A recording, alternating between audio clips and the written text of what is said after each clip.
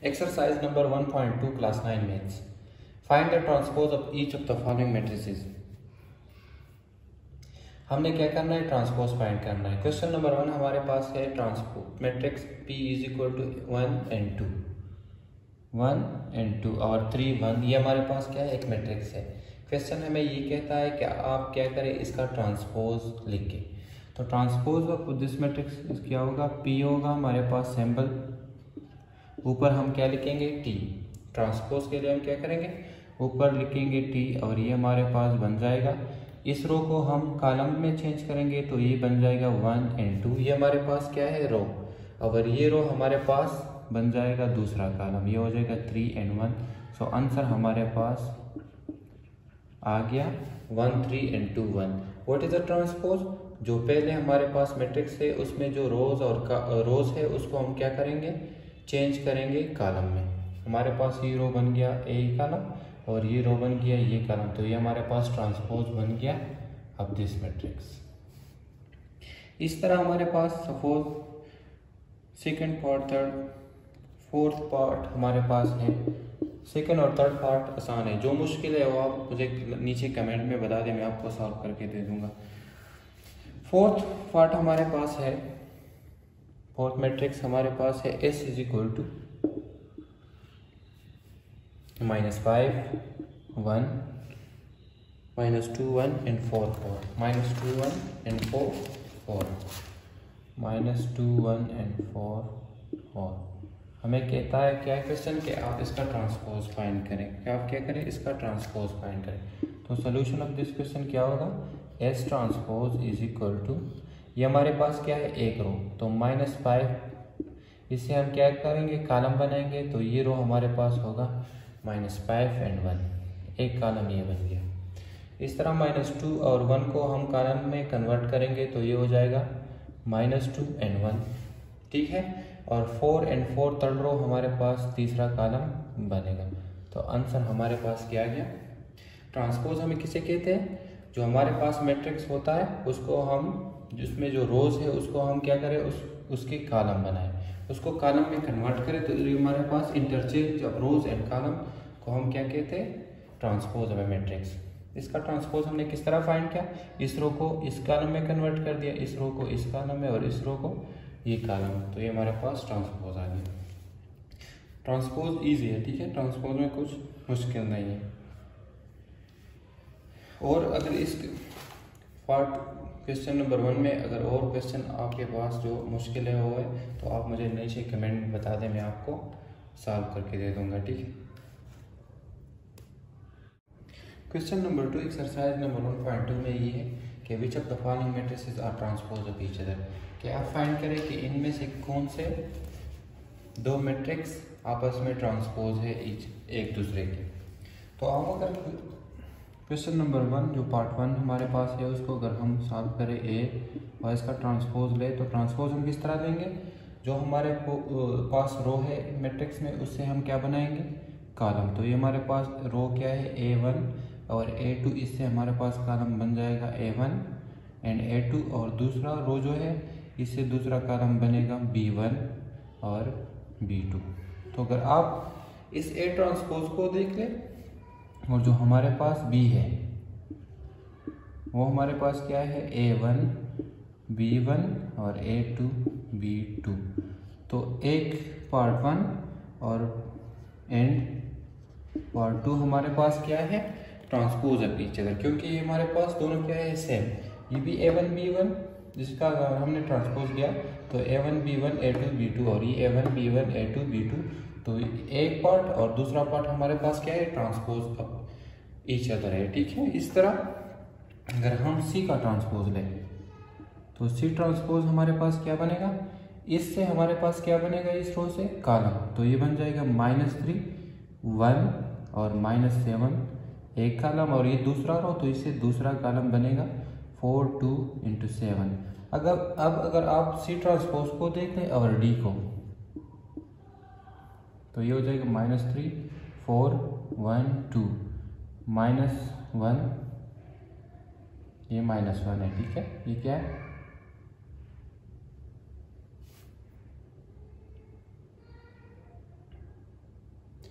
ये क्या है, ये -1 है, -1 और ये हमारे पास -1 और ये हो जाएगा 7। तो C ट्रांसपोज हमारे पास क्या होगा, D, ये दोनों सेम है तो फॉर 3 और 4 भी एक दूसरे के क्या है, ट्रांसपोज। ठीक है, किस तरह हमने फाइंड कर दिया, ए का हमने ट्रांसपोज दिया, तो ट्रांसपोज जब दिया तो ए ट्रांसपोज मैट्रिक्स हमारे पास बराबर था बी पार्ट का। इस तरह सी ट्रांसपोज हमने फाइंड किया, तो सी ट्रांसपोज हमारे पास इक्वल है डी पार्ट के, तो नंबर 1 पार्ट और सेकंड पार्ट ये दूसरे आपस में ट्रांसपोज ऑफ ईच अदर है, और थर्ड और फोर्थ पार्ट आपस में ट्रांसपोज ऑफ ईच अदर है। क्वेश्चन नंबर 3 हमारे पास क्या है, which of the following matrices are symmetric. हमारे पास कौन से मैट्रिक्स साइमेट्रिक मैट्रिक्स है, क्वेश्चन नंबर 3 हमें ये कह देता है। हम पार्ट 1 सॉल्व करेंगे, लेकिन सबसे पहले हमें ये समझना है कि साइमेट्रिक मैट्रिक्स होता क्या चीज़ है। तो वो मैट्रिक्स जिसका हम ट्रांसपोज लें और वो उस मैट्रिक्स के बराबर हो, उसको हम क्या कहते हैं, साइमेट्रिक मैट्रिक्स। फॉर एग्जांपल हमारे पास एक मैट्रिक्स है ए, जब इसका हम ट्रांसपोज ले ए ट्रांसपोज, तो ई ट्रांसपोज अगर इस ए के बराबर हो तो इसको हम क्या कहते हैं, साइमेट्रिक। इसको हम क्या कहेंगे, साइमेट्रिक मैट्रिक्स। अब साइमेट्रिक मैट्रिक्स का डेफिनेशन आपने समझ लिया कि वो मैट्रिक्स जिसका हम ट्रांसपोज ले और वो उस मैट्रिक्स के बराबर हो तो इसको हम क्या कहेंगे, साइमेट्रिक मैट्रिक्स। ये आपने याद रखना है। क्वेश्चन नंबर 3 में पार्ट 1 हमारे पास है A is equal to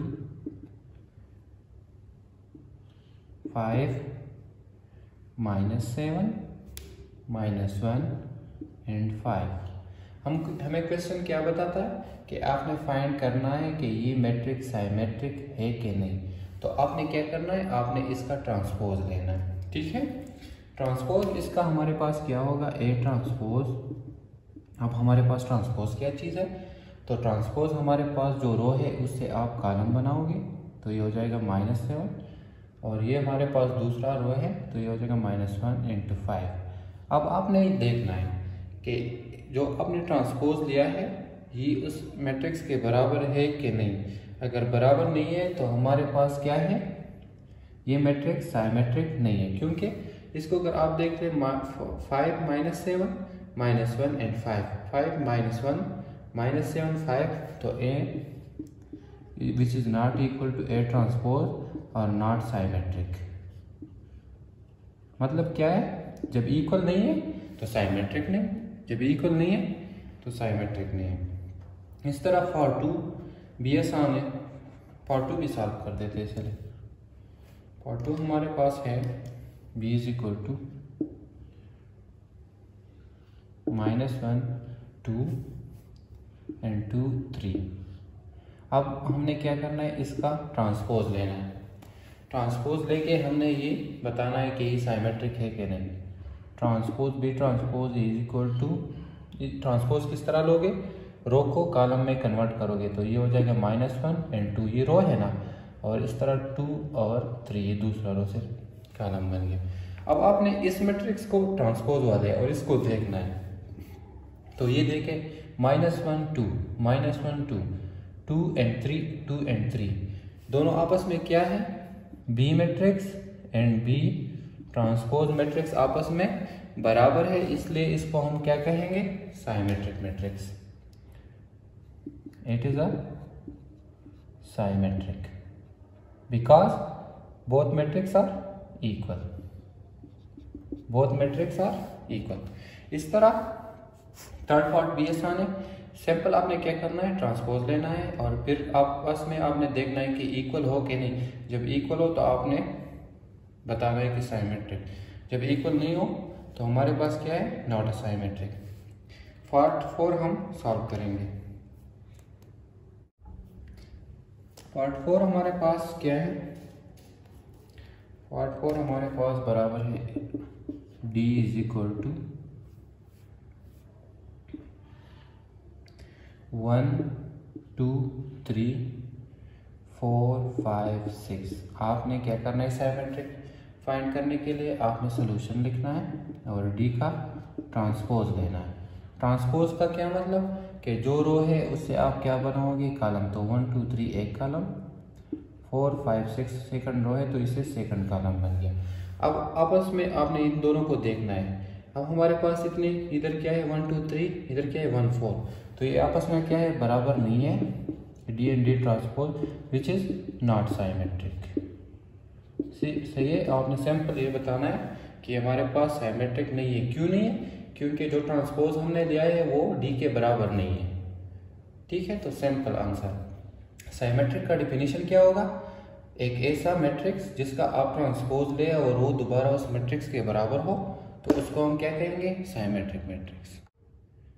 question number 4 है which of the following matrices are skew symmetric. आपने ये बताना है कि इनमें से स्क्यू साइमेट्रिक कौन से है। तो स्क्यू साइमेट्रिक का सबसे पहले हमें मालूम होना चाहिए डिफिनीशन हमारे पास क्या है। सपोज हमारे पास एक मैट्रिक्स है ए, ठीक है, और हम इसका क्या करें, ट्रांसपोज लें। हम इसका क्या करें, ट्रांसपोज लें, और ये आपस में क्या हो, बराबर। ठीक है, लेकिन ये हमारे पास क्या है, साइमेट्रिक क्या डेफिनेशन है, सिंपल। अगर ये हमारे पास इसका जो ट्रांसपोज ले और ये हमारे पास माइनस हो, ठीक है, माइनस ए ट्रांसपोज बराबर हो ए का, तो इसको हम क्या कहेंगे, स्क्यू साइमेट्रिक। इसको हम क्या कहेंगे, स्क्यू साइमेट्रिक।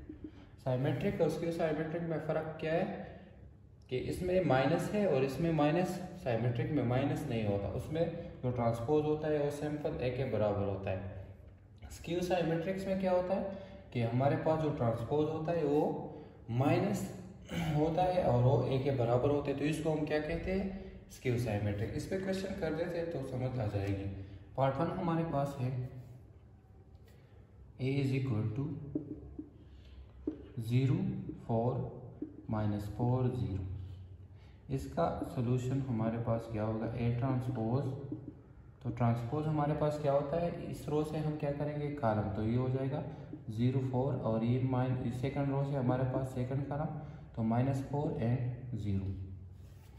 अब इन दोनों को देख ले, ये बराबर है नहीं, ठीक है।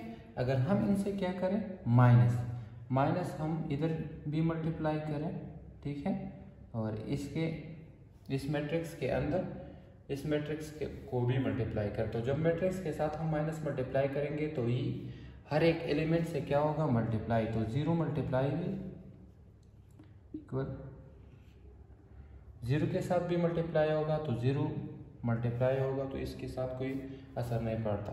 माइनस के साथ जब -4 के साथ जब मल्टीप्लाई होगा माइनस, तो ये हो जाएगा +4, और +4 के साथ जब माइनस मल्टीप्लाई हो जाएगा तो ये -4, 0 अपनी जगह पे। अब हमारे पास -a ट्रांसपोज, -a ट्रांसपोज। अब इसको देख ले और इसको देख ले, ये दोनों आपस में क्या है, बराबर। ये दोनों आपस में क्या है, बराबर, ठीक है।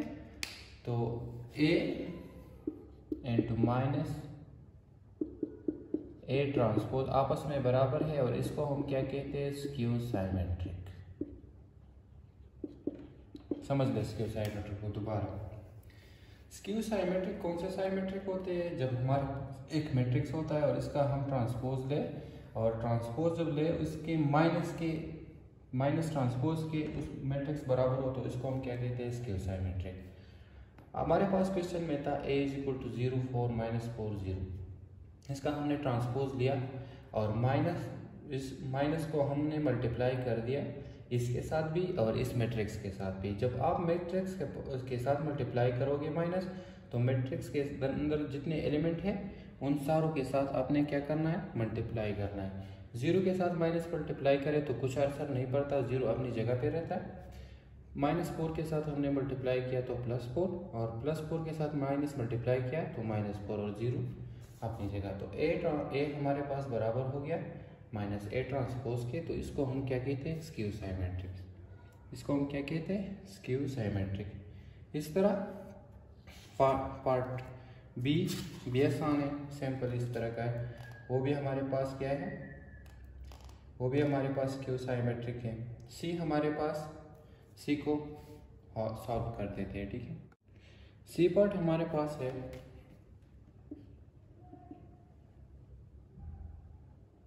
C is equal to 0.770। Solution skew symmetric का क्या डिफिनेशन के A is equal to minus A transpose is called skew symmetric, इसका सिंपल डिफिनेशन। तो C ट्रांसपोज हमारे पास बराबर होगा, इस रो को हम कॉलम में, तो ये हो जाएगा 0.7 और 7.0। अब हमने क्या करना है, माइनस को मल्टीप्लाई करना है दोनों के साथ, तो ये हो जाएगा माइनस C ट्रांसपोज, और इसके साथ जब माइनस मल्टीप्लाई करेंगे तो मैंने आपको बताया है कि सारे एलिमेंट के साथ आपने माइनस मल्टीप्लाई करना है। तो 0 के साथ जब मल्टीप्लाई करेंगे तो कुछ असर नहीं पड़ता, तो सिंपल 0, और इसके साथ -7 और 0। अब आप माइनस C ट्रांसपोज को देखें और C को, ये दोनों आपस में बराबर है नहीं। जब आपस में बराबर नहीं है तो ये it is a not skew symmetric, ये हमारे पास स्क्यू साइमेट्रिक नहीं है, क्योंकि माइनस C ट्रांसपोज हमारे पास C के बराबर नहीं है। और स्क्यू साइमेट्रिक का क्या डिफिनेशन है, जब आप उसके ट्रांसपोज लेंगे तो minus transpose O original matrix के बराबर होगा, और इसको हम कहते हैं स्क्यू साइमेट्रिक। इसी तरह पार्ट 4 हमारे पास है D is equal to 032 -301 -2 -1 and 0। हमने क्या फाइंड करना है, स्क्यू साइमेट्रिक, कि ये मैट्रिक्स स्क्यू साइमेट्रिक है कि नहीं। सोल्यूशन आपके साथ हो गया D ट्रांसपोज, देन हो गया 0, इस रो को हम क्या करेंगे कॉलम में कन्वर्ट, तो 032 हमारे पास एक कॉलम, -301 दूसरा कॉलम, और इस रो से हमारे पास कॉलम बनेगा -2 -1 एंड 0। नेक्स्ट स्टेप पे आपने क्या करना है, माइनस को मल्टीप्लाई करना है दोनों के साथ, तो ये हो जाएगा -D ट्रांसपोज। इस मैट्रिक्स के अंदर भी हम क्या करेंगे, माइनस को मल्टीप्लाई करेंगे, और ईच एलिमेंट के साथ हम माइनस मल्टीप्लाई करेंगे।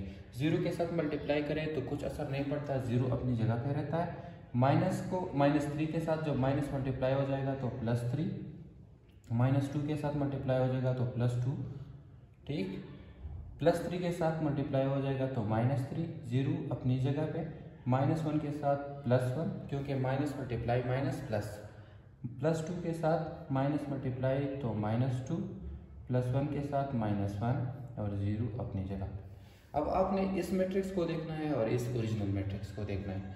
032 -301 -301 -2 -1 0 -2 -1 0 आपस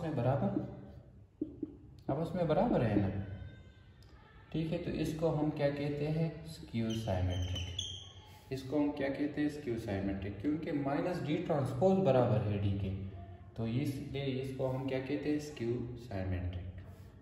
ये हमारे पास था एक्सरसाइज नंबर 1.2। इसमें अगर कोई भी क्वेश्चन हो आपके जहन में, आप नीचे कमेंट में मुझे बता दें, मैं आपको सॉल्व करके दे दूँगा।